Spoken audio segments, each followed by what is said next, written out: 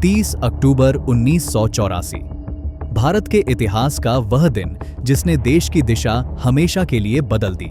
यह सिर्फ एक तारीख नहीं थी, बल्कि एक ऐसा पल था जिसने लोगों के दिलों में डर और दर्द दोनों छोड़ दिए।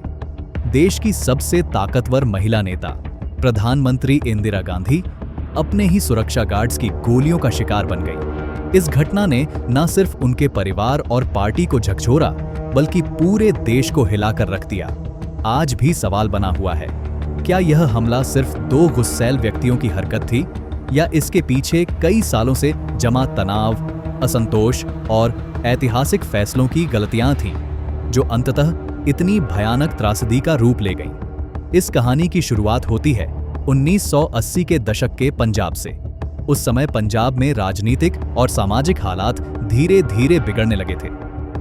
अलगाववाद और धार्मिक पहचान की मांगें तेज हो रही थीं और समाज में असंतोष गहराता जा रहा था। इसी समय एक नाम उभर कर सामने आया, जरनैल सिंह भिंडरावाले। उनके भाषणों में जोश था, गुस्सा था और अलग पहचान की मांग थी।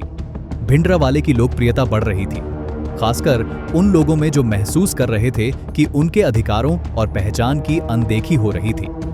समय के साथ हिंसा बढ़ने लगी और आम लोग डर और असुरक्षा में जीने लगे। हालात इतने बिगड़ गए कि स्वर्ण मंदिर संघर्ष का केंद्र बन गया। स्वर्ण मंदिर, जो सिख धर्म का सबसे पवित्र स्थल है, अब राजनीतिक और सैन्य संकट का प्रतीक बन चुका था। सरकार के लिए वहां कार्रवाई करना बेहद संवेदनशील और कठिन फैसला था। इंदिरा गांधी ने पहले बातचीत और समझौते की। जून 1984 में भारतीय सेना ने स्वर्ण मंदिर परिसर में प्रवेश किया। यह कदम समस्या का समाधान करने की कोशिश था, लेकिन परिणाम स्वरूप यह एक गहरा जख्म बन गया। कई लोगों के लिए यह उनके विश्वास और आस्था पर चोट जैसा था। स्वर्ण मंदिर में हुई हिंसा और तबाही ने लोगों के मन में नाराजगी और क्रोध पैदा किया, जो धीरे धीरे देश के लिए एक बड़ी चुनौती बन गया। इस ऑपरेशन के बाद इंदिरा गांधी को उनकी सुरक्षा को लेकर कई चेतावनियां दी गईं। कुछ सुरक्षा गार्ड्स को हटाने की सलाह दी गई, लेकिन उन्होंने भरोसे को चुना।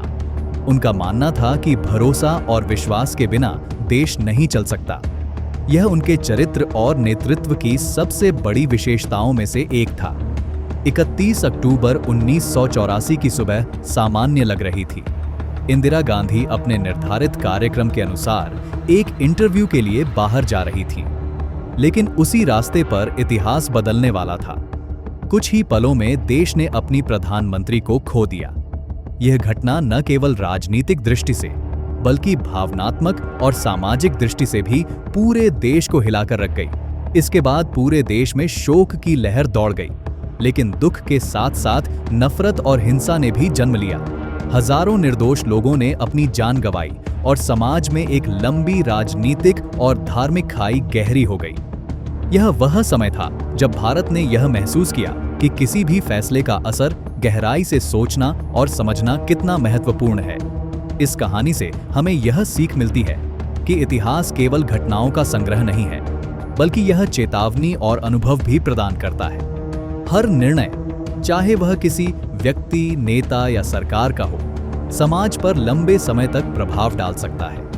यही कारण है कि इतिहास को समझना और उसके सबक को सीखना जरूरी है। आप देख रहे थे एंशिएंट इंडिया, जहां इतिहास बोलता है और हमें सोचने पर मजबूर करता है।